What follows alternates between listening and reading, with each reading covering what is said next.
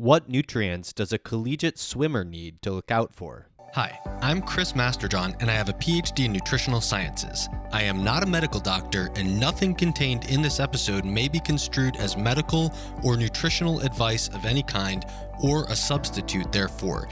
This episode is meant purely as scientific education. If you wish to act on any ideas presented in this episode, please consult your physician first, and never take anything herein as a reason to contradict medical advice. With that said, enjoy the episode. My daughter swims at the collegiate level, which involves a real heavy load of pretty heavy training load. Swimming, weightlifting, CrossFit style functional fitness. They're probably putting in about 20 hours of training load a week. So, assuming she's in overall good health, getting enough good quality sleep, but obviously that kind of training load's putting a good bit of stress on the body. What would be the we've never run without doing a full on Genova Ion panel type thing. What would be the key nutrient issues that you'd be watching out for and just wanting to keep an eye on? And of those issues, which do you think are potentially more likely to require, supplementation in addition to just food to get adequate support? And what kind of guidance would you give there? And currently she's not. You mean as a result of her activity? Yeah. And just what kind of things to watch out to make sure that she's not being nutrient depleted as a result of such a high training load or any kind of special demands like that to keep an eye out for? Mainly calories would be absolute number one. Number two would be carbohydrate. So I do think that people can fuel athletic capabilities on low carb diets, but you might want to look at stress hormones and sex hormones, because sometimes fueling athletic performance on a low carb diet comes at the expense of elevated stress hormones, which could mess with thyroid hormones and sex hormones. And I think those two things, the calories and carbs, would be the top risk for potential hypothalamic amenorrhea. That would trump everything else, completely everything else. Higher energy demands are going to demand more B vitamins. That's true. And that's generally going to be probably most B vitamins besides B12 and folate. Although B12 and folate are peripherally involved in energy metabolism, the other B vitamins are more directly involved.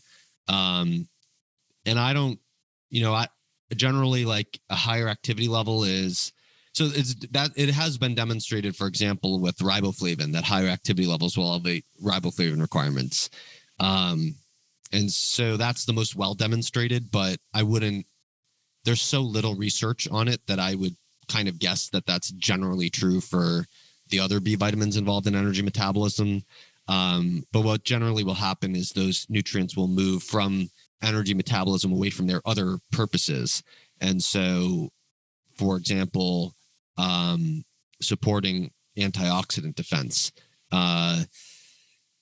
That's probably not going to cause any serious issues. It's probably more likely to lead to some skin problems or something like that. But if she's developing problems with skin, hair, or nails, then more of those B vitamins might help. Those would be the top things, but I would be overwhelmingly concerned with the caloric requirements and the carbohydrate requirements. Oh yeah, they eat constantly as swimmers. Yeah. Okay, great. Yeah, that makes a lot of sense. Of this, skin, hair, and nails kind of being a canary for potential B issues. And your thoughts on C and E or other things from a oxidative stress perspective? Would you recommend supplementation or just any particular thing, again, as a more functional indicator of, hey, this should get some attention from supplementation perspective? I would eat a diet rich in those things, and if you want, supplement with them at higher end dietary levels, but I wouldn't supplement extra of them really, because I think the jury will be out for quite a while on whether it's bad or good for exercise performance to supplement antioxidants. And the answer will probably inevitably be it depends. And it's just what it depends on is I think the jury will be out on exactly what it depends on for an even longer time. So, eat lots of vitamin C, eat lots of vitamin E, but I wouldn't mega dose because of the exercise. I think that's as likely to help as it is to hurt the exercise performance and the adaptations. Cool. Makes sense. Awesome. Thanks so much. Appreciate welcome, David. Thought. Thanks for the question.